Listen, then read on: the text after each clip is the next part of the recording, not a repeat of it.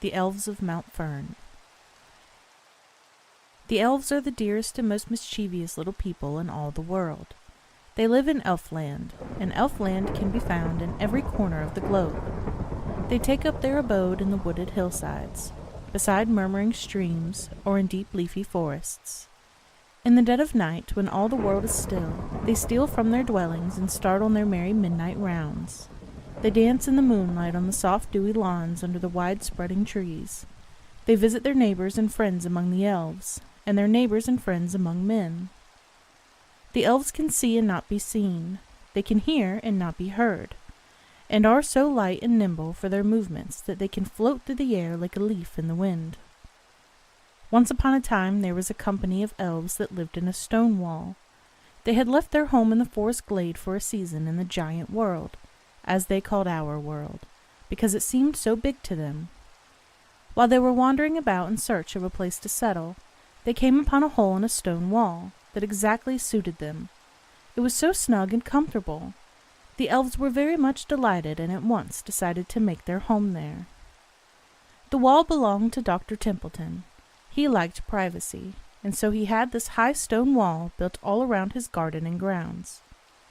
But Dr. Templeton's garden was very lazy and careless, and when some stones fell out of the wall, he simply rolled them over to the bank. That was easier, he thought, than mending the wall, and besides, the wall was so very thick that a few stones more or less did not matter in the least. The elves thought it was very fortunate for them that the gardener was so lazy and careless, and promised themselves a gay good time with the season in the giant world. The members of this company of elves were Captain Featherweight, the head of the company; Rainbow, master of ceremonies; Rimo, the poet elf; Tono, the music elf; Lightning, the messenger elf; Iris Wing, the flower elf; Touchstone, the jester; Owly, the wise one; Slumber, the dream elf. After the elves had made a tour of the grounds around Templeton Hall, their captain called them together to decide upon a name for their new home. "Let us call our home Scalecliff," said Tono, the music elf. "A very pretty idea," said Rainbow, "but don't you think Rocklight would be prettier still?" "Rocklight won't do at all," said Slumber, the dream elf, "because it suggests wakefulness, so I suppose that we call it Slumber Nest instead." "Can't you think of anything but dreams and slumber?" asked Iris Wing, the flower elf. "I wouldn't live in a place with a name like Slumber Nest, and so I move that we all call our new home Rose Bower." "Pooh-pooh," said Owly, the wise one. "Rose Bower suggests a garden, and a garden isn't a house, so I think you'll all agree to me that Stonewall Gap is much more appropriate." "We don't agree, Owly," said several of the elves at once. But here Captain Featherweight called the meeting in order, and ended all dispute by declaring that the name of the new home should be Mount Fern, because there was a fern growing just below, at the foot of the wall. As a rule, the elves lived in peace and harmony, and they adored their captain. His word was law, and when any disputes arose, he always acted as judge. After the name of the new home had been decided upon, Captain Featherweight gave each elf his work to do in the arrangement and furnishing, and in a very short time it was all in perfect order and ready to live in. The captain was very much pleased, and complimented his elves on their ability to do their work well and quickly. "And since our house is now all in perfect order," said the captain, "let us have some music to celebrate the event. Tono, will you please sing something for us?" "I leave the selection entirely to you," said the captain. Then Tono, who was leader of the Elven Choir, played and sang: "Twinkle, twinkle, firefly bright, through the dark and cloudy night, floating gaily in the air, here and there and everywhere. How your cheerful little gleam joyful makes the darkness seem. Where you flit no elf is sad, twinkle, twinkle, firefly glad." "I don't see why you should sing that now," said Owly. "It isn't the least bit appropriate. The fireflies are not twinkling, and won't be for some time to come if we can judge by the look of the sky." "Isn't that just like Owly?" said Slumber. "You are always so literal, Owly," said Rimo. "Don't you know that fact isn't half as much to do with music and poetry as fancy?" "Just the same," said Owly. I think our new home would have been much more appropriate." "Why can't you be more agreeable, Owlie?" asked the flower elf. "Anything is appropriate when you are happy, and besides, Captain Featherweight left the choosing to Tono, and why shouldn't you?" "The music was beautiful," said Captain Featherweight. "I always loved to hear about gay little fireflies. But look at the pink in the east. That means the king of the day is coming over the hills in his chariot, to rest, to rest." Then the elves of the Mount Fern lay down on their soft little beds in leaves and moss, and slumbered till starlight again. The elves always began their day in the evening instead of the morning, so that what was early for them is late for us, and what is early for us is late for them. Every evening, as soon as the stars peeped out of the sky, Captain Featherweight always gave the command, "Right, left, shoulder arms." This simply meant, "Get to work," and was the signal for every elf to be about his business. All night long the gay little elves were as busy as bees, but no matter where they were or what they were doing, they always came back to Mount Fern before sunrise, and rested until starlight again. The next evening Captain Featherweight gave his usual command, and every elf began to work. Iris Wing, the flower elf, scampered lightly down the fern ladder and went about his business in the garden. Although all the elves loved flowers, he was the one who took most care of them, and so the other elves called him Iris Wing, the flower elf. As he wandered about from flower to flower, he whispered to each a word of good cheer. The tulips and daisies were all fast asleep and heard not a word that he said, but the roses were as wide awake as in broad daylight, and they bowed to their flower elf and said, "We're watching the Queen of Night climbing over the tall stone chimneys of Templeton Hall." While the roses were watching the moon, the flower elf went on, and was just going to speak to the foxgloves when he heard two monster voices from the giant world. And he listened, for he couldn't help listening. The voices were so loud and harsh, or so it seemed to him, although we would call them very sweet voices. It was Mary and Anna Templeton, the doctor's daughters, who were talking. "Mary," said Anna, "I've got an idea. I want to make a mattress and pillow for Emily's doll, and some of the old birdhouses are just bursting with feathers. Let us fill the mattress and pillows with feathers from the bluebird's house." "Oh, that would be perfectly lovely," said Mary. "And let us have them ready for her birthday," continued Anna, "and we'll send a verse from the bluebirds, something like this. Dear Emily, our feathers are free, without a fee, we all agree to send to thee." "Won't that be fun?" laughed Mary. "But who'll get the feathers for us?" "I'll get them myself," replied Anna. "With a long stepladder I can easily reach the bluebird's house. This evening we'll make the cases, then tomorrow afternoon, right after school, we'll get the feathers." The flower elf, who was getting more and more provoked every moment, could stand the conversation no longer, and flew swiftly back to Mount Fern in search of the dream elf, to whom he repeated every word he had heard in the garden. The dream elf was very indignant at the thought of the bluebird's house being robbed of its feathers by those monsters of the giant world, and he said to the flower elf, "She shall not rob the bluebird's house, for I'll beat on the drum of her ear and make her dream a horrible dream." "You surely will?" urged the flower elf. "Without fail," replied Slumber. The flower elf rubbed his hands and laughed gleefully, and then ran back to his work in the garden. He spoke to the tall pink foxgloves, and told them that foxgloves were the favorites of fairies over all the world. "We are very proud to hear you say so," replied the foxgloves, "for everyone knows that fairies or elves are the favorites of the children all over the world." Then the flower elf bowed low and passed on to the snapdragons, and asked them how they did. "We're impatient," said they, "and can hardly wait for the morning. We don't see why there should be any night when the day is so much finer." "I really cannot agree with you," said Iris Wing, "for we elves love starlight and moonlight much better than sunlight, and so do some flowers and some birds and some insects." "Yes, but more flowers, more birds, and more insects love day than love night. We've really no patience with people who don't love the sun. Of all living creatures we think the bee is the best, and she loves the sun." "And now if you're done," said the flower elf, "I think I shall run, for there is work to be done." When he had finished his work in the garden, Iris Wing called to the bluebird's house, to tell them what hawks were abroad in the land. "And they're human," said he, "but fear not, we will protect you." At 12 o'clock that very night, the dream elf flew through Anna's open window and beat on the drum of her ear. And she dreamed and dreamed and dreamed. She dreamed that she was in a strange far-off land where the air was filled with birds, and there was such a commotion that it deafened her. She couldn't believe that there were so many birds in all the world, and some of them were so large and fierce that they terrified her. At last she saw some bluebirds coming toward her, and they grew and grew and grew, until at last they were as big as cormorants. Then they threatened her with their beaks and screamed at her. "You would take our feathers, would you, flint-hearted girl? Cruel, cruel, cruel!" But here General Goosebeak appeared in the scene, and commanded the chattering to cease.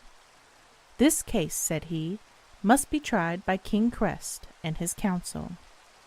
King Crest, as you must know, was king of Birdland, and he and his council settled the affairs of his kingdom. So King Crest and his council called a meeting to decide what should be done if the bluebird's feathers were stolen, and after a long and angry debate it was decided that, in such an event, birds of all kinds should in the future avoid the grounds around Templeton Hall, and that those who were already there should vacate their dwellings. "I move an amendment," said the Colonel Claw. "I move that screech owls and English sparrows annoy the doctor's family as much as possible, especially Anna." "Colonel Claw, you must be promoted," said the king. "A very good idea. All in favor of this amendment lift the right claw."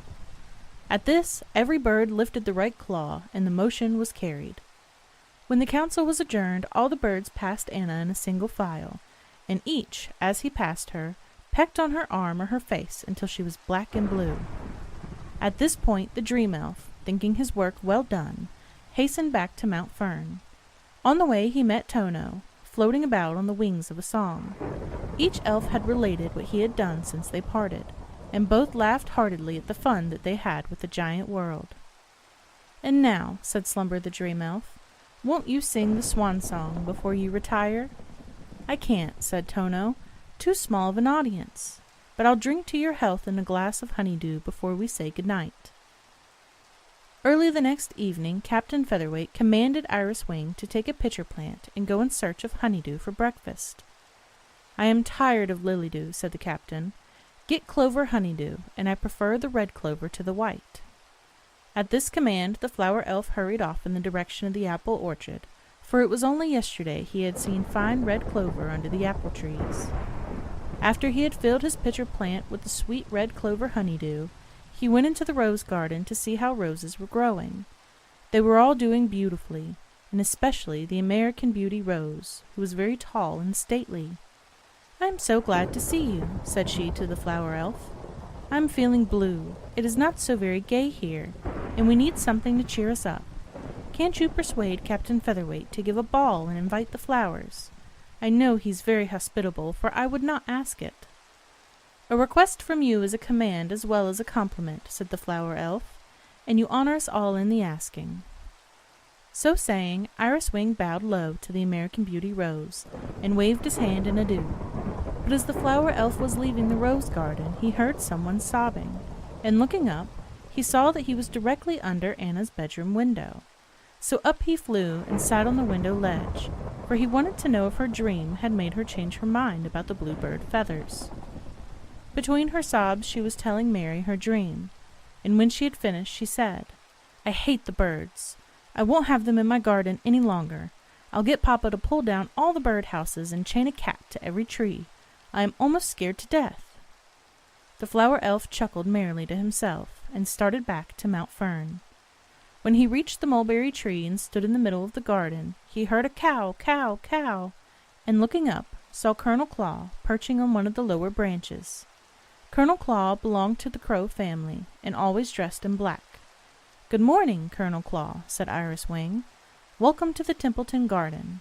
How long do you expect to stay here?" "That depends on circumstances," said Colonel Claw.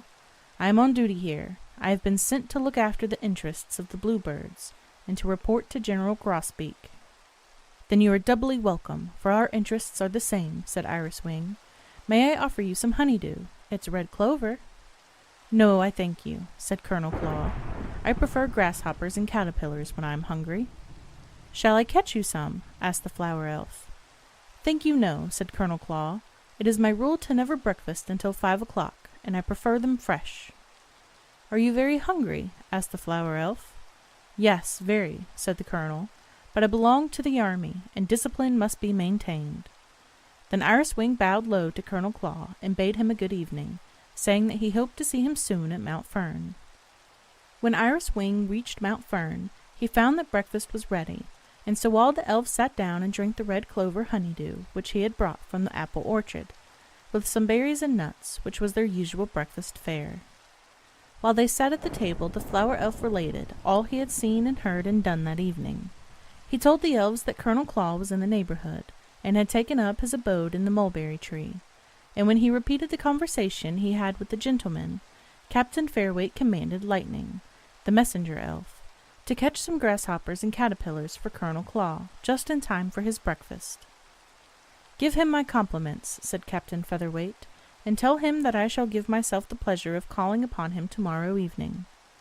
"And I saw the American beauty Rose," continued the flower elf, "and she wants you to give a ball and invite the flowers. She needs to be cheered up. She said she was feeling blue, although she looked very red and rosy." "One thing at a time," said the captain, "for I've just decided to have a lawn party for the elves of Oakdale, and Lightning will carry them the invitations this very evening." Captain Featherweight of Mount Fern presents his compliments to Captain Acorn of Oakdale, and begs that Captain Acorn and his company will favor Captain Featherweight and his company with their presence at Mount Fern on Thursday next by the light of the moon. This was the form of the invitation, and Lightning carried it at once to Oakdale. "And what shall I say to the American beauty Rose?" asked the flower elf, when Lightning had gone.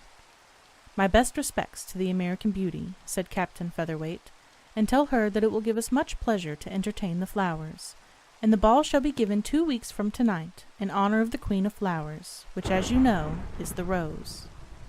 Then the flower elf departed for the rose garden, to carry Captain Featherweight's invitation to the flowers, and before long Lightning was seen in the distance hurrying back from Captain Acorn's reply, which ran thus: "Captain Acorn of Oakdale presents his compliments to Captain Featherweight of Mount Fern, and accepts with much pleasure for him and his company the most kind invitation of Captain Featherweight of Mount Fern."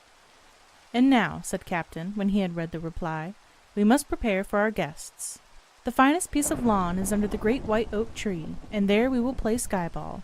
Between now and Thursday I want you to pull up and carry away all the tall blades of grass, and beat down with your feet all the rough places, so that the lawn will be smooth as velvet. And Lightning," continued the captain, "we shall need new balls and mallets for the occasion, so go to the dwarves of Cavedale and tell them to have them ready for Thursday next." "Of what shall the dwarves make them?" asked Lightning. "The balls shall be made of the purest rubber, the mallet heads of the finest ivory, and the handles of the blackest ebony." "And how large shall they be, noble captain?" "Let the balls be as large as 3 times a sweet pea seed, and the mallets as large as the stamens of the tiger lily. Iris Wing, you shall have charge of collecting the nectar, as well as providing the fans for the party." "And what shall we use for fans?" asked the flower elf. "I think," said the captain, "the leaves of nasturtium." "And shall we have music?" asked Tono. "Yes, after the game we'll have music, and you shall have charge of it, Tono. I leave the selection entirely to you. And Owlie," continued the captain, "please remember that you are not responsible for the mistakes of our guests, for if I catch you correcting anyone, I'll send you to Doomdale." Now Doomdale is as bad for the elves as prison is for us, and Captain Featherweight knew very well how to frighten Owlie. "And Rainbow, on account of your tact, I put you in charge of the whole affair. You must oversee the others and be sure that their work is well done." The elves of Mount Fern were as busy as bees all that week, and when Thursday evening came round, they were ready for their guests. Captain Featherweight was always prompt, and if he had anything to do, he always got it done in time. When the moon was high in the sky, the elves of Oakdale arrived at Mount Fern, and after the greetings were over, they all sat down on fresh green moss mounds, which had been brought in for the occasion. Then Rainbow, who was master of ceremonies, commanded Lightning to pass around some apple blossom honeydew in bluebell cups, and after they had partaken of the sparkling nectar, Captain Featherweight, arm in arm with Captain Acorn, led the way to Oak Tree Lawn. When they were all assembled there, Lightning presented Captain Acorn with the choicest of mallets and balls, and the play began. In Sky Ball, the target is to face the moon, and the player who comes nearest to the mark wins the game. Captain Acorn, as guest, had first play. Rainbow held his ball for him, and as soon as Captain Acorn called out, "Ready!" Rainbow dropped the ball, which Captain Acorn, with one tremendous swing, sent whizzing off towards the moon. Lightning followed the ball and placed a stake where it had fell. Captain Featherweight played next, and he was followed by Okla of Oakdale. Then it was Rainbow's turn, and he was followed by another of the Elves of Oakdale, and so on until all the Elves of Oakdale and all the Elves of Mount Fern had played. When the game was over, they all flew off to look at the stakes, and it was found that Captain Acorn's ball was the nearest to the moon. It was a jolly game, and Captain Featherweight, who did not think it polite to win on his own grounds, was very glad that Captain Acorn was able to carry off the cup. It was only a simple buttercup, but although they had grew in plenty everywhere, Captain Acorn was just as proud as if it had been made of silver or gold, for the honor was just as great. When the game was over, Lightning gave each elf a fan, and while they were resting and fanning themselves, he passed red clover honeydew in lily cups. Then Tono and his orchestra played and sang some beautiful music. Their musical instruments were blades of grass, wildflowers, canterbury bells, and trumpet honeysuckles. First they played and sang, "Moon and Stars." Said the moon to the stars, "You are always the same, and your lights are so tiny, I think them quite tame. You just twinkle and twinkle in red, white, and blue. Have you noticed the wonderful things I can do? Sometimes I am a crescent, a pale sliver line, an arc of a circle, I think it quite fine. Then again I am round, with my face full of light, and everyone thinks me a wonderful sight." "That really is fine," said Captain Acorn. "Won't you favor us with something else?" "With pleasure," answered Tono, and then he and his orchestra played and sang Three Crows. 3 crows there were once who sat in a tree. Fa lo, fa la, fa lee. Said one, "I would like to sail over the sea. Fa lo, fa la, fa lee." The other 2 looked so gloomily and blue. Fa lo, fa la, fa lee. Said they, "If you do, we'll surely go too. Fa lo, fa la, fa lee." I should have said that they tried to play 3 crows, for they had no sooner started than Colonel Claw, who was sitting on a branch of the mulberry tree and watching the whole performance, set up a caw, caw, caw, that Tono was obliged to stop the music and try something else. After that they sang about the silvery swans, and Colonel Claw became quite quiet and subdued, for it did not interest him in the least when they sang of other people. Then Captain Acorn thanked Captain Featherweight for the game and the music, and said that it was now time to sing "Oh Joy to be Elves." This was the song that the elves always sang at partying. "Oh joy to be elves, to float on a breeze, to dance on the tops of the tallest of trees. Oh joy to be fairies, to ride on a cloud, whether the wind blows softly or loud. Oh joy to be elves, to roam over the sky, and race with the swiftest of birds when they fly. Oh joy to be fairies, to sail over the sea, and care not a clover what happens to be. Oh joy to be elves, the world is all ours, the hills and the valleys, the fruits and the flowers, the moon and the starlight, the clouds and the sky. Oh joy to be fairies, goodbye, goodbye." Then Captain Acorn and his company bade adieu to the elves of Mount Fern, saying they hoped to see them soon at Oakdale. Thus ended the lawn party.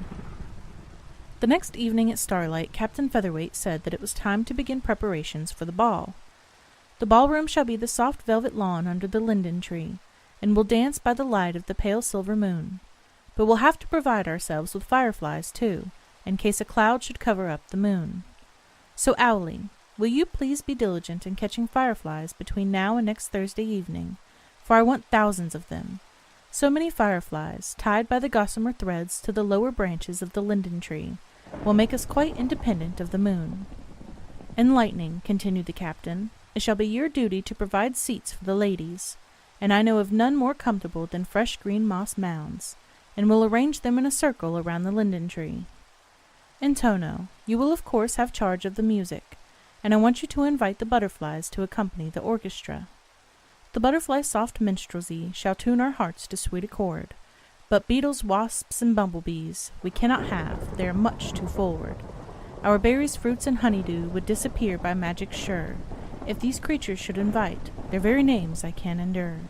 The flowers will invite this time, and by the firefly's light will see their various shades of every hue, and all their gorgeous broidery, said Rhino, who never lost an opportunity to make poetry. Aren't you a little late with the last verse? Asked Owlie. We've already invited the flowers. If you must make poetry, why not make it in time? Good poetry is always in time, said Rhymo. Just ask Captain Featherweight if that isn't so. But the captain was far too busy to pay much attention to Rhymo and Owlie. He was thinking about the girdles. There was nothing in elf prizes so much as a girdle, and Captain Featherweight decided to have special girdles made just for the ball in honor of the flowers. Rainbow, said he, and you too, Iris Wing, shall have charge of designing these girdles. And see that each one is appropriate, said Touchstone, and since Owlie is so very wise, let his girdle be made of Solomon's steel. This pleased the other elves so much that they asked the captain to allow Touchstone to help them in designing their girdles. I don't think anyone as silly as Touchstone should have charge of anything, said Owlie. Have care, said Touchstone, or your girdle shall be made of needles instead of Solomon's seal. I'm bored, said Owlie, and I'll just run away until the girdle question is settled. And what shall the dream elves be made of? Asked Iris Wing. Oh, of Eyebright and Wake Ribbon, said Touchstone. And Rhymo's shall be made of laurel leaves, said Rainbow. Why not of poet asters, said Touchstone. But the other elves paid no attention to his joke, and Touchstone continued. When it comes to my turn, I want to decide for myself. And Lightning, our swift-footed messenger's girdle, shall be made of the common speedwell, said Iris Wing. And Tono shall be made of the bluebells of Scotland, said Rainbow. And mine, said Touchstone, shall be made of the jewel weed, for a jester is always a jewel. And Rainbow's, said the flower elf, shall be made of the blue forget-me-not, for he will always be remembered on account of his sweetness and tact. And Iris Wing's shall be made of the elves' favorite flower, the tall pink foxglove, said Rainbow. And now for our captains, 3 cheers for the kindest of captains. His girdle shall be made of roses, to show that his company loves him. Rainbow, said the captain, I appoint you master of ceremonies. You shall have charge of everything, and if any disputes arise, you must settle them. Right, left, shoulder, arms. This, as you know, meant, get to work. At this command every elf scampered off high in glee. Rainbow, Iris Wing, and Touchstone went at once to the cave-dale to talk to the dwarves about the girdles for the ball, and they decided that they shall all be finely wrought silver, except for the captain's, which would be made of pure gold. Owlie went in search of the fireflies and brought home hundreds of them that first night, for an elf can fly faster than fireflies, and has no trouble in catching them if they could only be found. Lightning went in search of moss mounds, and flew back and forth so swiftly between Mount Fern and the soft woodsy dwells where the moss mounds grew, that the very first evening he had almost enough for the ball. But when he showed them to Rainbow, he found that some of them were not fresh enough, or fine enough, or high enough, or low enough, or large enough, or small enough, or firm enough, or soft enough, and he had to throw half of them away and go in quest of more. Rainbow was very particular, and perfection was his law of life. So the preparations went on, and when Thursday evening came round, the little busy elves had everything in readiness, and when the hour of the ball drew high, they were waiting to receive their guests. The elves of Mount Fern looked beautiful that summer evening. All were elegantly dressed, and each was looking his very best, for the dwarfs had taken great pains with the girdles.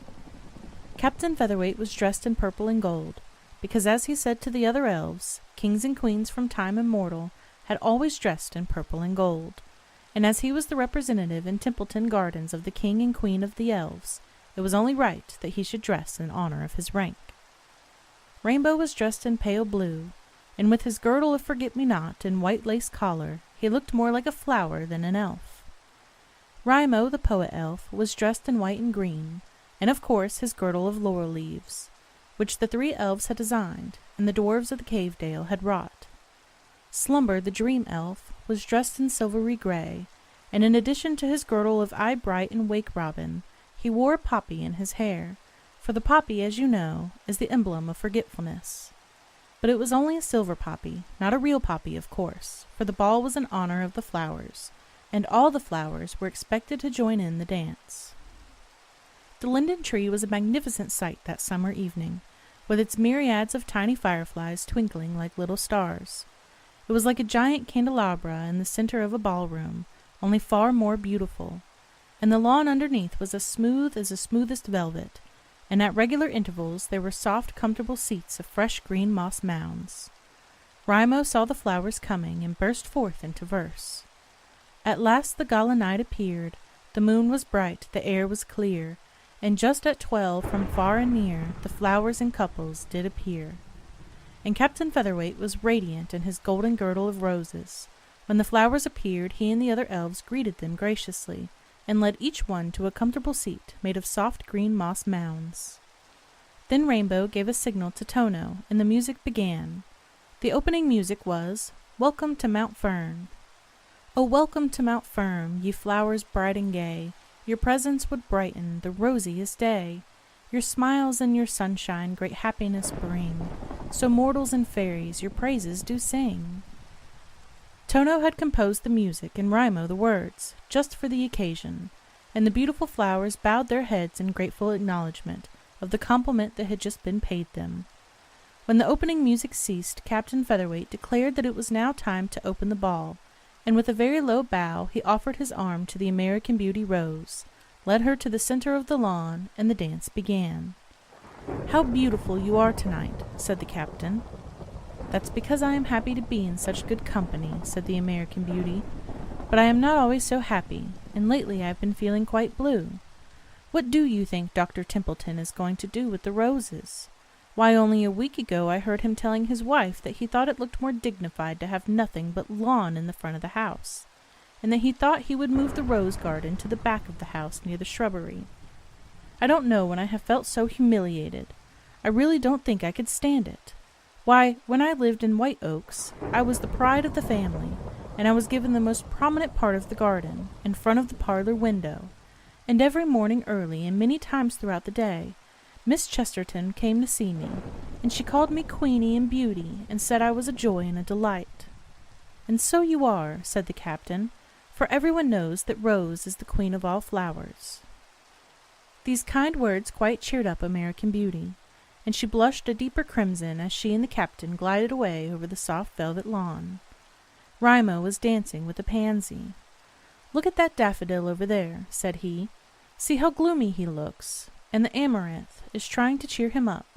I'll make a verse about him, if you are fond of poetry." "Yes, very," said the pansy. "Then listen to this," said Raimo, "and remember it, for it is worth remembering. A daffodil walked past in gloom, and a fair's coat his form encased. He boasted Mediterranean birth, the lawn with solemn mien he paced. The amaranth took him by the hand, and whispered words of faith and cheer. Another glorious world awaits the spirits of our departed dear." "That's beautiful," said the pansy, "but I don't know anyone more sorrowful than the hyacinth. And if I were Captain Featherweight, I wouldn't invite either him or the daffodil to a dance. Isn't he afraid they'll spoil this party?" "He couldn't leave them out, you know," said Raimo, "because all the flowers were invited. And besides, they won't hurt anyone. And even if they should, Tono's music would soon cheer one up again. Shall I put the hyacinth into a verse for you?" "Please do," said the pansy. The hyacinth and the poppy next went walking side by side. The hyacinth was sorrow, his grief he could not hide. The poppy soothed him as a child, told him his griefs were in vain. "Forget your sorrow, sir," she said, "their very pang disdain." "I declare I feel blue," said the pansy. "Can't you think of anything more cheerful than grief and sorrow, Raimo?" "Yes, indeed," said the poet elf. "All the flowers are more cheerful than the daffodil and the hyacinth. We will not think of them any more." "Look at that vain Narcissus," said the pansy. "He always makes me angry." "I'll put him into a verse, too, if you'll be kind enough to listen," said the poet elf. "Yes, indeed," said the pansy, who was very good-natured. "You're an angel," said Raimo. "You are so appreciative." On the arm of a vain Narcissus next was seen a violet hanging low. Her modesty did but enhance his egotism all aglow. "That is fine," said the pansy. But suppose you led me to a seat and finish your verses afterwards, for I am beginning to feel a little tired." When they were seated comfortably on one of the fresh green moss mounds, a tulip and a lily of the valley waltzed past them, and Raimo burst out into verse again. The tulip did appropriate, the lily of the valley sweet, with manly stride and bow profound, he led her to a vacant seat.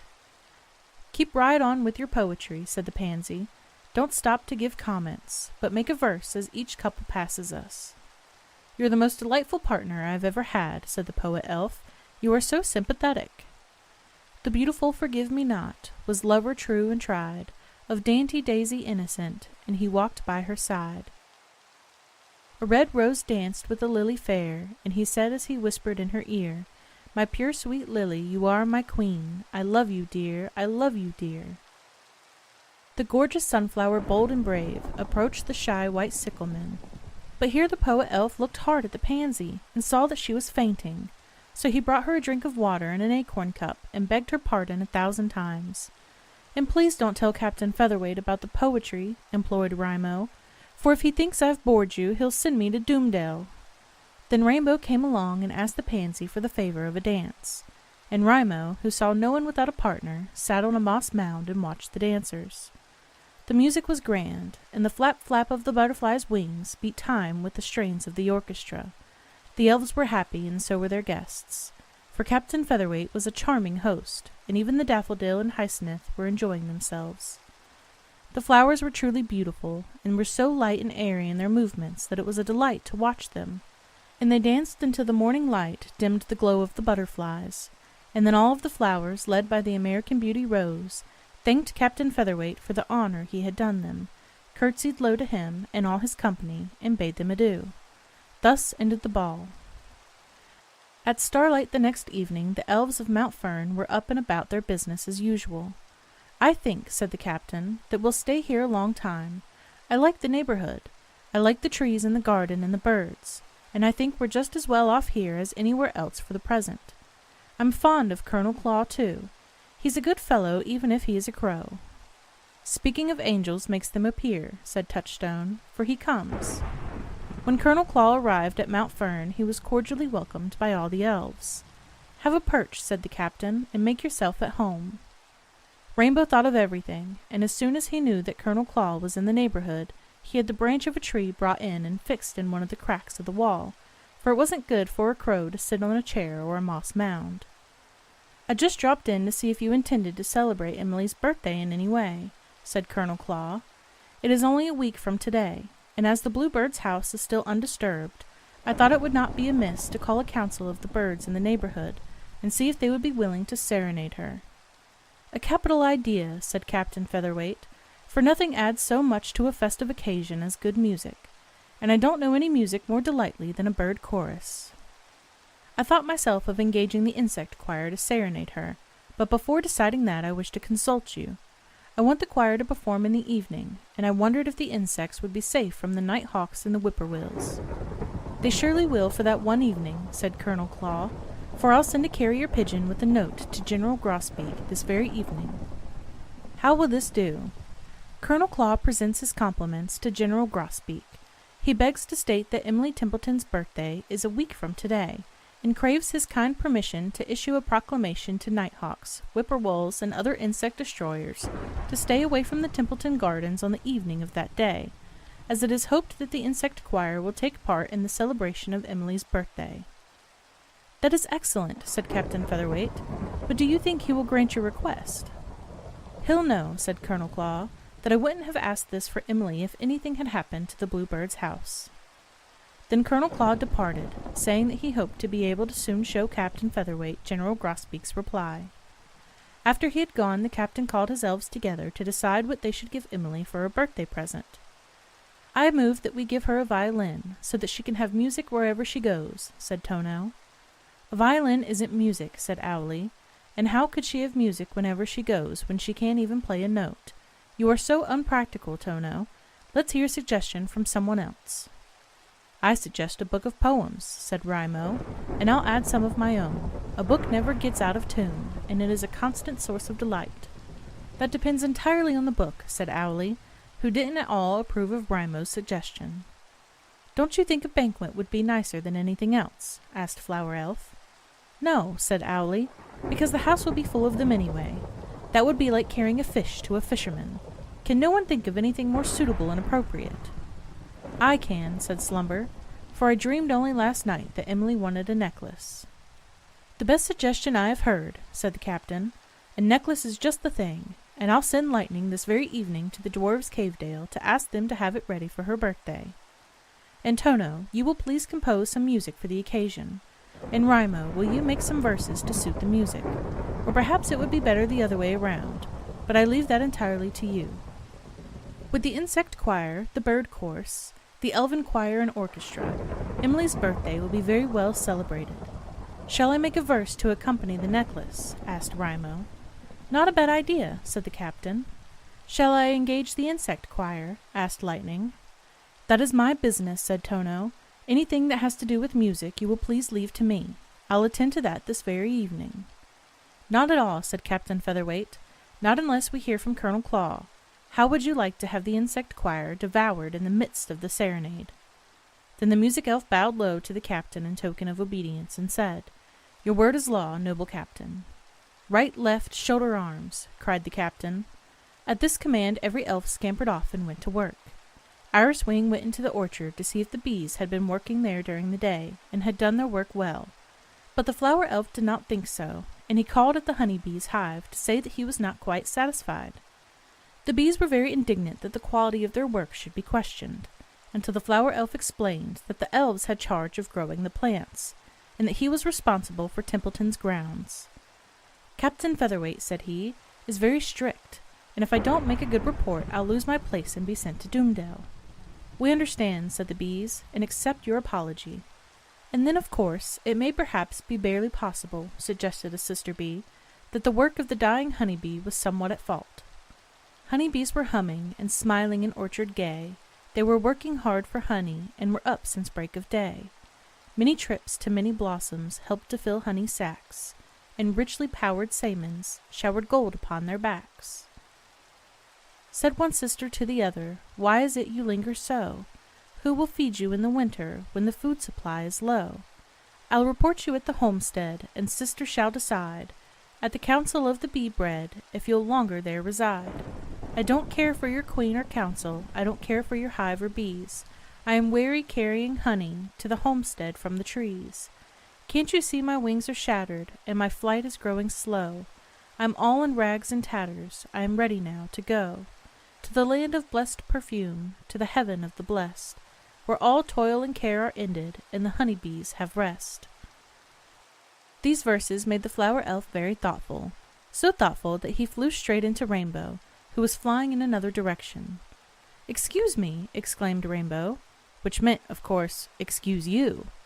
And when Iris Wing recited the story of the dying honey bees, Rainbow almost shed a tear, a thing that had never been heard of among the elves of Mount Fern. Then Iris Wing passed on to the veranda, where the doctor's daughters, Mary and Anna, were shelling peas for the cook. He felt very indignant whenever he thought of the bluebird feathers. Even though they were safe in the nest, he felt for sure that Anna still had the will to rob the birds. He wore his invisible cap, and could see and not be seen. "I'm tired of shelling peas," said Anna, "and I don't see why the cook can't shell them herself." "You know Mother told us that she wouldn't have time tomorrow," said Mary, "and I think it's fun anyway. The poor peas have never seen the light, except through a thick veil. They are really prisoners, and we are helping them set free." "You are always thinking of such queer things, Mary, that I don't believe you feel about anything as other people do." But Anna soon went to work with a will, and in short time the peas were all shelled. "I'll take them to the kitchen," said Mary, "and while I'm gone, suppose you go after the clothes that we're making for Emily's doll." In a short time they were both on the veranda again, and very busily engaged in sewing for Emily's birthday.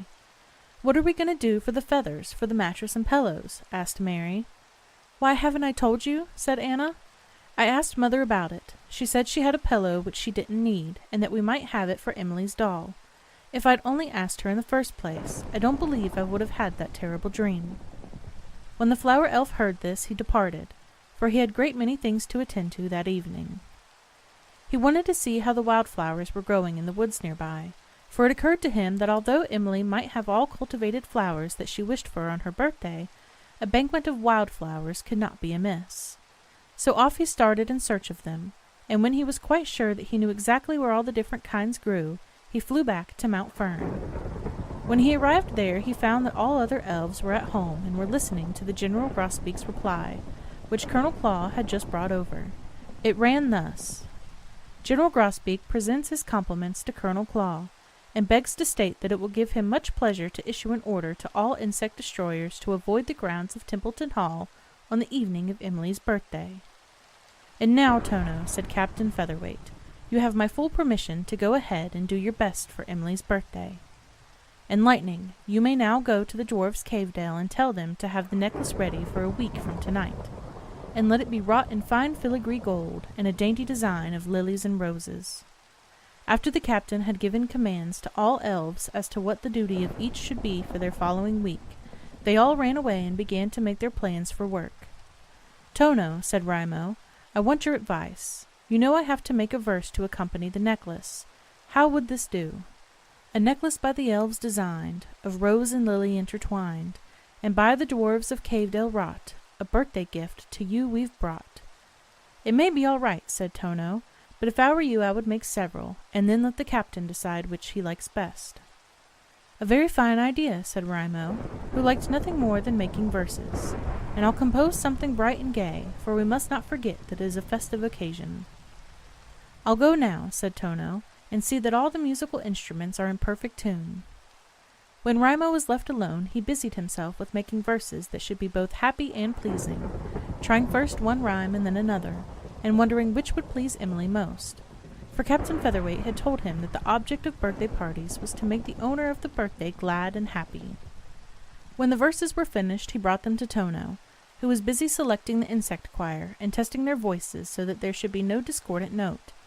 This was the insect's first lesson from Tono, and after a careful practice he dismissed them, saying that the next rehearsal should be the following evening at the same place and hour.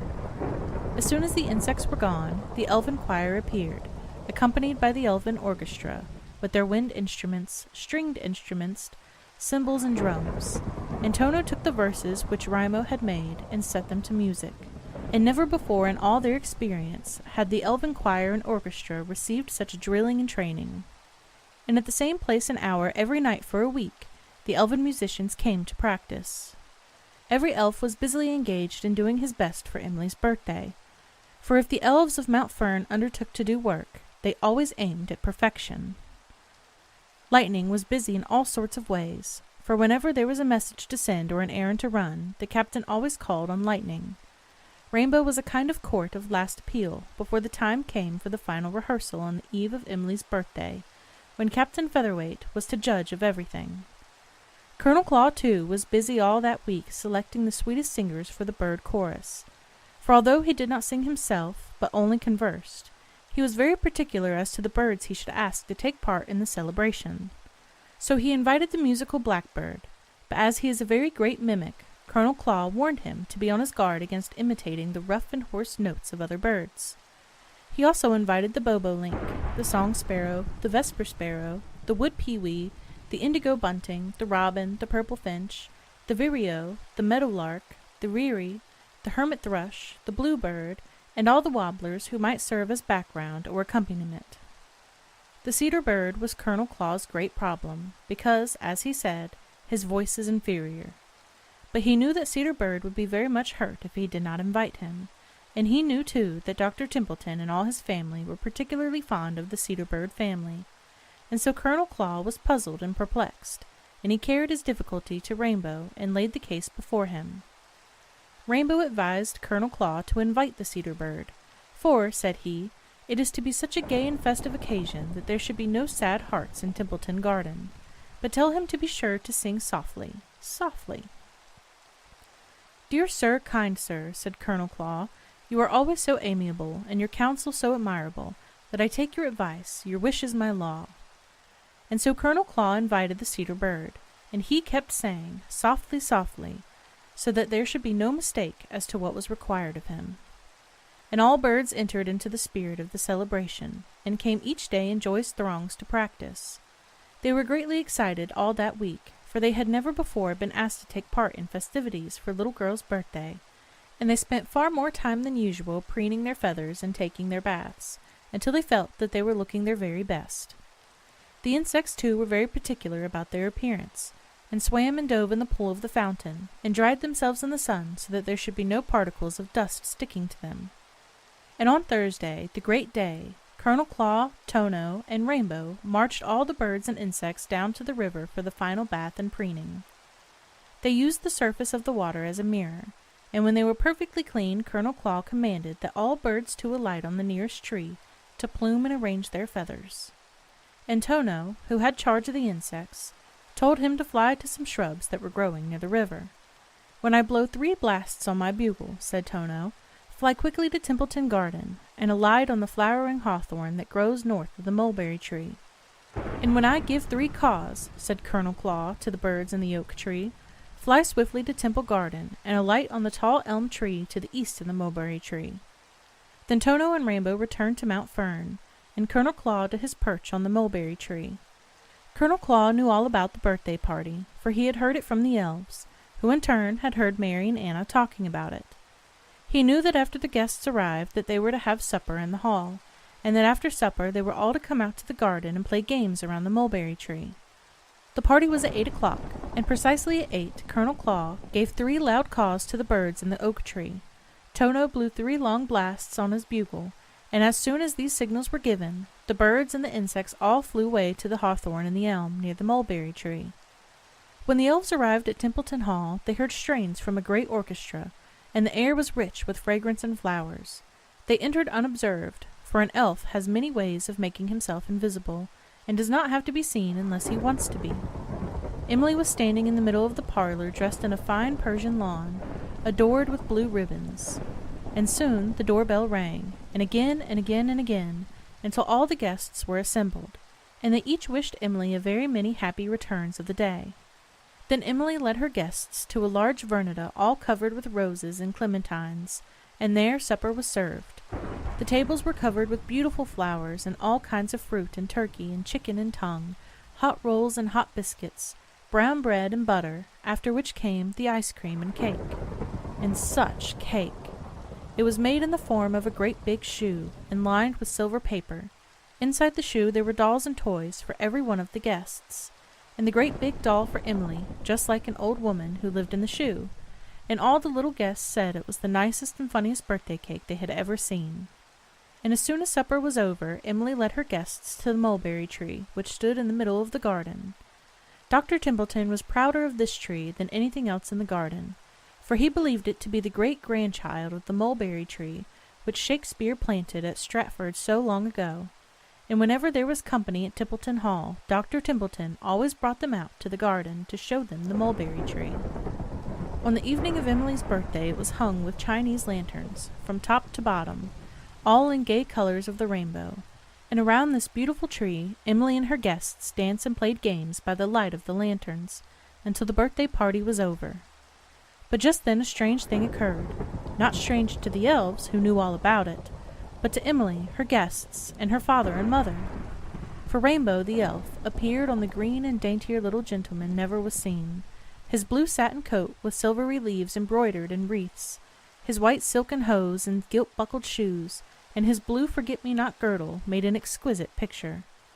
With 3 very low bows he flew straight to Emily, and told her that the insect choir would be pleased to favor her with some music in honor of her birthday. Then Rainbow made a motion to Tono, who had charge of the insect choir.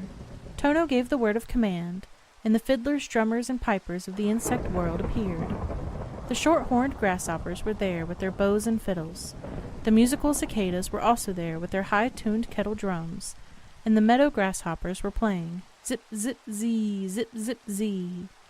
The pale green bashful katydids, who were usually heard but not seen, were also there singing all their might. Katy did, she didn't, over and over again. And the cheery crickets, with their happy chirping, sang, cheer up, cheer up, cheer up. They all sang and played most heartily, all in honor of Emily's birthday, and when they had finished there was a loud applause and cries of more, more. But just at that moment Colonel Claw stepped forward, and told them that the birds would also be pleased to favor Emily and her guests with some music.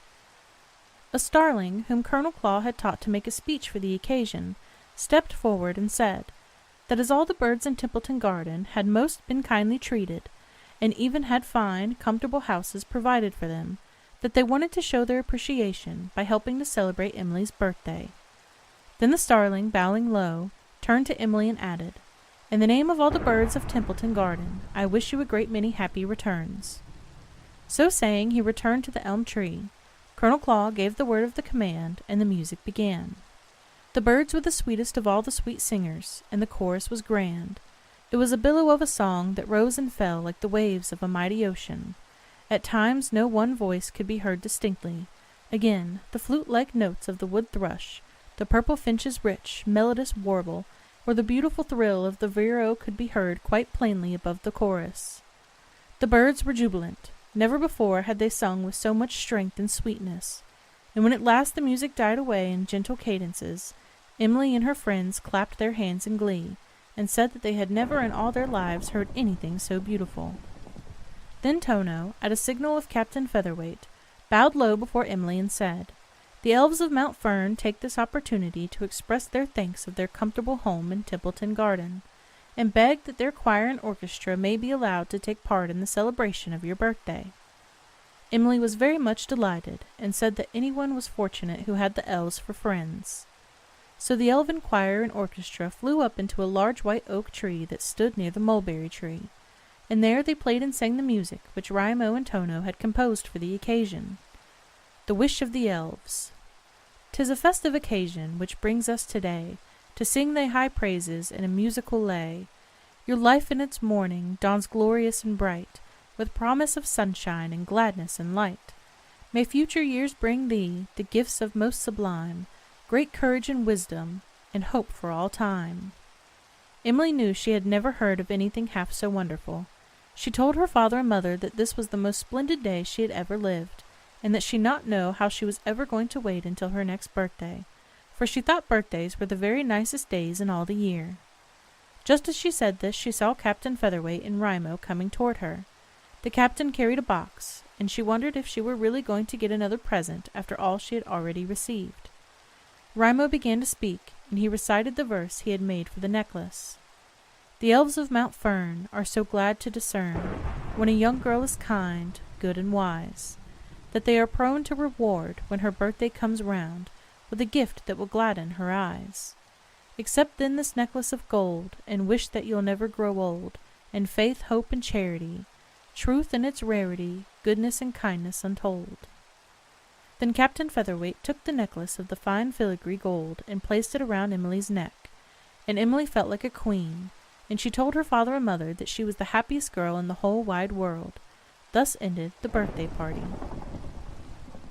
The next evening, while the elves were at breakfast, Lightning informed Captain Featherweight that the king of the elves was coming to visit Mount Fern. "That is good news," said the captain. "Are you sure it is true?" "Quite sure," said Lightning, "for I saw Oaklow of Oakdale, and he told me that the king is now visiting Elmsdale, and from Elmsdale he's coming to Oakdale, and from Oakdale he's coming to Mount Fern." "That is really good news," said the captain. "And what shall we do to entertain him?" asked Rainbow. "Nothing at all," said the captain, "for when the king goes visiting he always takes his entertainers with him. He has his own musicians, his own jesters, his own actors. The king does this in his own defense, for he says it is a king's privilege not to be entertained unless he wants to be, so we'll only have to receive him." "Shall I make a poem for him?" asked Raimo. "Not at all," said the captain, "for he has his own court poet, who is the best in the world, and if he wants a poem he has only to say so." "Won't we have anything extra to do before he comes?" asked the flower elf. "Oh yes," said the captain, "and you especially, Iris Wing, will be very busy, for the king is most particular about the care of the plants, and if a single plant is neglected it makes him unhappy. So I want Templeton Garden to be a perfect bower of well-kept plants, when the king comes to visit us." "Shall I be asked to sing or play?" said Tono. "I shall say not," replied the captain, "for the king always travels with his own musicians, and if he wants any music, he has only to say so." "And how shall we address him?" asked Slumber. "As noble king, "Your Majesty, or Royal Highness," said the captain. "If there is any doubt as to which he prefers, couldn't we address him as Your Royal Majesty's Noble Highness?" asked Touchstone. "Silence!" commanded Captain Featherweight. "This is no time for jesting, and if any elf from this time forward would be found of jesting about the king, he shall forthwith be sent to Doomdale. This time I spare you, Touchstone." "Shall I touch stone next time, noble captain?" asked Touchstone.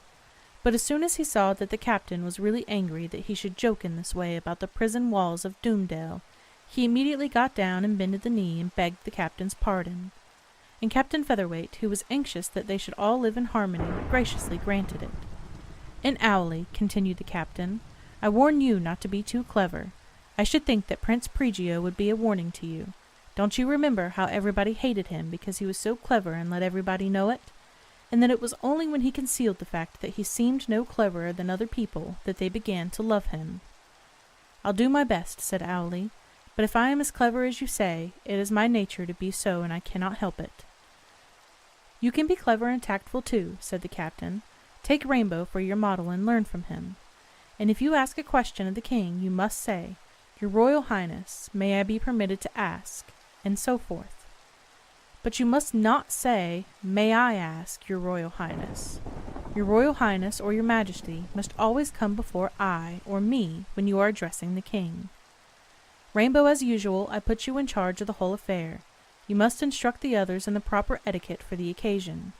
Shall I gather the countless fireflies for the illumination?" asked Lightning. "Not fireflies, but glowworms," said the captain. "They are rarer and will therefore do the king more honor. And we'll send to the dwarves of Cavedale, and have them make 1,000 silver filigree lanterns to hold the glowworms, and hang from the ceilings of Mount Fern, and from the branches of the trees near our dwelling. And the floor shall be carpeted with petals of roses, and the walls hung with starflower and forget-me-not. And the sweetest and freshest of honeydew must be collected, with the ripest and most luscious of the fruits, the most perfect of the nuts. And now I think this is all I need to tell you, for as I said before, the king will manage his own entertainment. Right, left, shoulder arms." At this command, every elf went to work. The flower elf ran off to the mulberry tree in search of Colonel Claw. He found him perching on one of the lower branches. So up there he flew and sat beside him, and he told him all about the expected visit of the king. "There was nothing the king so much dislikes than an ill-kept garden," said the flower elf. "So I have come to ask your kind assistance in a battle against the cankerworms, grubs, beetles, ants, and other insects that eat out the life of the flowers." "I'll do my best," said Colonel Claw. "I'll get all the birds in the neighborhood to wage insistent warfare against all the enemies of the flowers, and I'll begin this very hour." "1,000 thanks," said Iris Wing.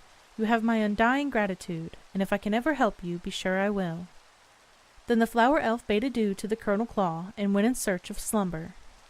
He found him resting on a bank of fern moss, and told him that he wanted to make the gardener dream such dreams as would make that lazy fellow do the work of his life. "I don't know how you're going to do it," said the flower elf, "but it will have to be done." "Leave that to me," said Slumber, "for I am sure I can manage it. Think of the bluebird's feathers, and doubt not." "I trust you entirely," said the flower elf, "and I know that all will be well. But now I must go and see where the best honeydew is to be found, and while I'm testing the honeydew, I will just make a note of the nuts and fruits that I happen to see." So saying, he departed waving his hand in adieu. Lightning went to the dwarf's cave dale and ordered 1,000 lanterns of filigree silver. Tono trained the choir and orchestra so that he would be prepared if the king should ask him to sing or play. Raimo made verses all night long, for he did not want to be caught napping if the king should ask him for one of his poems. Rainbow was carefully planning the details, and every one came to him for advice. When the gardener had gone to bed for the night, Slumber entered his cottage noiselessly, softly entered in his sleeping room, and gently beat the drum of his ear. And the gardener dreamed and dreamed. He thought he was on a desert plain. He was very thirsty, so thirsty that he did not care for anything in the world but water. His throat was parched, the sky was red, the grass was brown, and the sun was scorching. And there was not a drop of water in sight. There were no clouds in the sky to bring rain, nor a sign of moisture anywhere. Just as he thought he could stand it no longer, a frightful hobgoblin with black wings and piercing eyes came hovering over him, and cried in a voice of thunder, "You're thirsty, are you?" "Thirsty?" sighed the gardener. I'm dying of thirst." "Go first and water the flowers, then you may drink," said the goblin, as he flew up in the air, uttering a horrid shriek. But the gardener dreamed again, and this time he was starving, and there was not a scrap of food in sight, not even a grain of corn to satisfy his gnawing hunger. And when he thought he could stand it no longer, the same frightful hobgoblin came flying toward him, and flapped his great wings and cried, "You're hungry, are you?" "So hungry that I am fainting," whispered the gardener. "Go first and feed your plants, and then you may eat," said the goblin. Then away he flew and left him alone as before. But the gardener dreamed again, and this time he thought he was in his own cottage. The walls of the cottage began to shrink, and the tables and chairs and everything else in the room began to move toward him. The windows shut themselves, and the shades rolled in. The air grew close and stifling, and he couldn't escape, for just as soon as he moved one chair away, another one took its place. The chairs and tables moved nearer and nearer, and the gardener was so weary that he wanted to sink onto the floor. But there was not room, for everything in the cottage piled itself right up against him so that he could not move. The air grew thicker and thicker, and the night grew blacker and blacker, but not so black that he could not see the goblin coming toward him. And the goblin flew straight to the gardener, flapped its heavy wings, and shouted at him, "You're cramped for room, are you?" "I'm dying," said the gardener. "Then help the plants to live. Pull the weeds, give the plants room so that you may live yourself," said the goblin as he flew away in the darkness. At this point the dream elf, thinking his work well done, hasted back to Mount Fern. "Some dreams," said he to himself, "are good for a gardener, and I think this one will be." Very early the next morning the flower elf in slumber went into the garden to see what was happening there. And lo and behold, Colonel Claw was at work with a whole host of birds, destroying the insects that ate out the life of the flowers. Such a chattering you never did hear, for they sang and talked as they worked. A host of wobblers was destroying plant lice, cankerworms, and caterpillars. Catbirds were waging warfare against grasshoppers, beetles, and other insects. Swallows were flying hither and thither in search of insects, and catching their prey on the wing, and each as he passed a friend or a brother cried out, "Hurry up, there is work to be done." The flickers were riding the garden of ants, and gaily they worked and well, and sparrows were eating the seeds of the weeds, so that none might escape to grow up and choke out the flowers. All the birds helped in the work, and destroyed all the harmful insects and weed seeds. And this army of birds had just got to work when the gardener appeared on the scene. He came much earlier than usual, and he fed and watered the plants, and he weeded and spaded and hoed, and not a single plant was neglected. And early each morning the gardener, too, kept on with the weeding and hoeing, so that the garden grew and flourished. The flowers were blooming with happiness, and they smiled and nodded their beautiful heads while they said to the gardener, "Dear sir, you are kindness itself," and all the elves were delighted, especially the flower elf.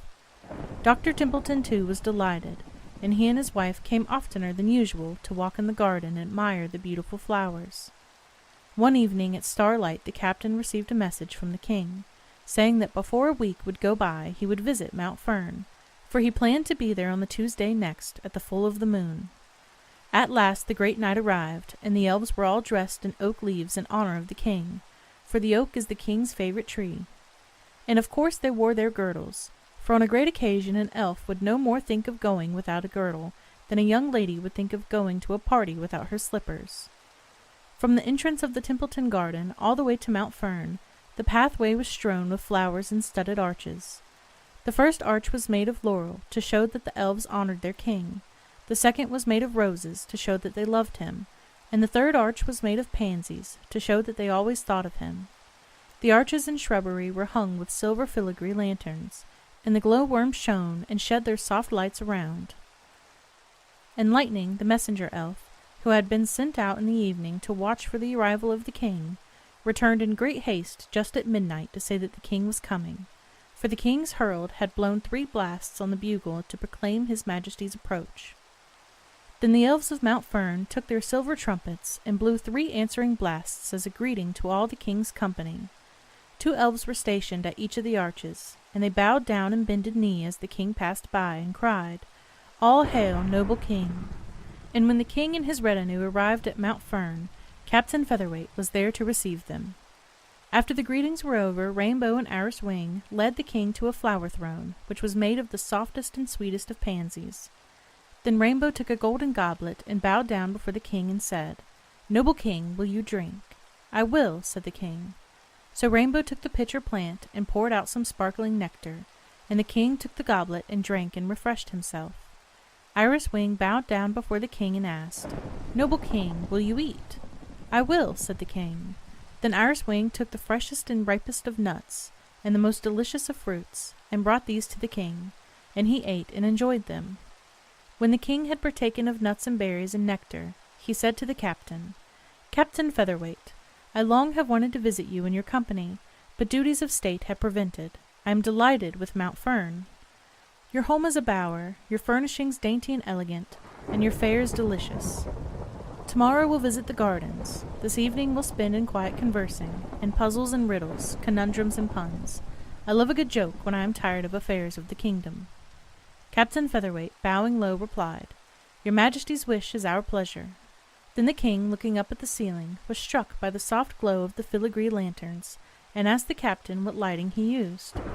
Bowing low, the captain replied, "The light of the glowworm." The king was delighted, and said that he himself had never once thought of glowworms, but had always used firefly lanterns. Then he called his secretary and told him to make note of the lighting of Mount Fern. After that he called his musicians and told them to set the lighting of Mount Fern to music, and this was the song they sang. "Sparkle burnished lanterns, silver lanterns, what a lot of glowworms, great and small. How your lights are shedding forth their radiance over king and captain and elves all." After the music the king called Iris Wing and asked him what flowers he grew in the garden. "Noble king," said the flower elf, "there are pansies, narcissi and roses, rosemary and rue, and daffodils, lilies and daisies, and violets blue." "That is well," said the king. "Is that all?" "Not at all," said the elf. But just here Touchstone came forward and bowed down before the king and said, "Your Highness, may I be permitted to speak?" "You may," said the king. "Noble king, there are blondes and brunettes in the garden." "What? Blondes and brunettes, do you say?" "Yes, your Highness," said Touchstone. "The brunette is black-eyed Susan, and blue-eyed Mary is the blonde." "Ha ha!" laughed the king. "I see," said he. "And what other strange plants do you grow?" "What is seen on the western sky at sunset," answered Touchstone. "And what is that?" asked the king. "Golden glow," said the elf. "That is bright," remarked the king. "And what else do you grow in your garden?" "We grow animals, too, in the garden." "What? Animals, too, in the garden?" "Yes, your Highness," said Touchstone. "We grow the bear berry, the tiger lily, and the dandelion." "How true!" laughed the king. "And what next?" "A nave and church," said the jester. "Very many, I hear," the king agreed. "But what is yours?" "Why, Jack in the pulpit," said he. "Ha ha!" laughed the king. "You've done well, and now I am most anxious to examine that wonderful garden of yours." "Will your Majesty go to the garden now?" asked the flower elf. "I will," said the king. Then Captain Featherweight and Iris Wing escorted the king all over the garden and grounds around Templeton Hall, and the king was delighted, and gave the captain and flower elf much praise. "Yours is the best-kept garden I've seen in all my travels," said he, "and as a reward for your diligence, interest, and skill, I'll give you, Iris Wing, a girdle of gold." Now in Elfland a golden girdle is scarcely ever worn except by a captain of a company, and to be presented with one in itself was a great honor, but to be presented with a golden girdle by a king was a very great honor indeed. Then the flower elf bowed low to the king of the elves, and made answer, "Your Highness, you honor me greatly." "Arise," said the king, "you are worthy. I'll have the girdle designed by the dwarves of the court, and you and the elves of Mount Fern will come there to receive it 1 year from today." When they had made a tour of the flower garden, they went into the orchard, and they found that the woodpeckers, nuthatches, and creepers had done their work thoroughly. There was not a sign of a caterpillar anywhere, nor eggs of any insect. The lawns, too, were just as well kept, for they were all smooth and velvety, and not a weed could be found.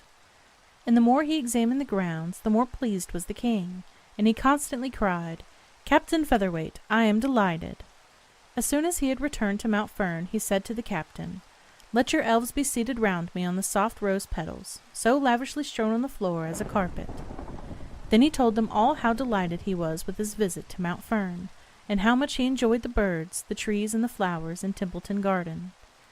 And do not forget that a year from tonight you are to come to the court of the King of the Elves, where the flower elf shall receive a golden girdle for work well done in the garden. And all the other elves of Mount Fern shall receive a prize for work well done in company. And, as this was the best trained company I have seen in all my travels, I shall give you, Captain Featherweight, an old and priceless Egyptian amulet worth more than its weight in rubies. But now I must say good night, for tomorrow I am off to the woodlands." When the king had retired for the night, Captain Featherweight made a motion to Slumber to go to the king's elves and help them dream pleasant dreams. Then Slumber sat by his bedside and helped him to dream this dream. The king dreamed that he sat by a running river that sparkled and shone in the moonlight, as it rolled over the stones at the bottom in ripples of gleaming silver, and on either side of the flowing river were the softest, greenest, freshest moss-covered banks, while at a little distance magnificent oaks and elms cast their beautiful shadows beneath, and the birds sang in the tree-tops and caroled gaily with health and happiness. The air was cool and sweet, the flowers were bright and gay, all nature was glad, and the king of the elves was happy. And soon he saw coming toward him a chariot of roses, drawn by 33 humming birds, 3 in a row. The chariot stopped near the king, and one of the humming-birds bowed and said, "Noble king, your empire is all the world, and we have come to take you over land and sea, over high mountains and rocky billows, to a land of the rising sun. Arise and sit on our chariot." Then the king arose and sat in the chariot, and the birds flew over onward, past snow-clad peaks and tall cathedral spires, past green fields and rustling corn, on and on through the bright clear air until they came to the land of the rising sun. And as soon as they entered there, they heard the blowing of trumpets and beating of drums, and a million voices cried, "Hail, King of the Elves! Noble King of the Elves!" And the sweetest flowers nodded their beautiful heads and welcomed the king and cried, "Our noble protector, all hail!" The next evening at starlight, the King of the Elves set off for the woodlands, and Captain Featherweight and his company escorted him and his retinue far past the walls of Templeton Garden before they returned to Mount Fern. The End.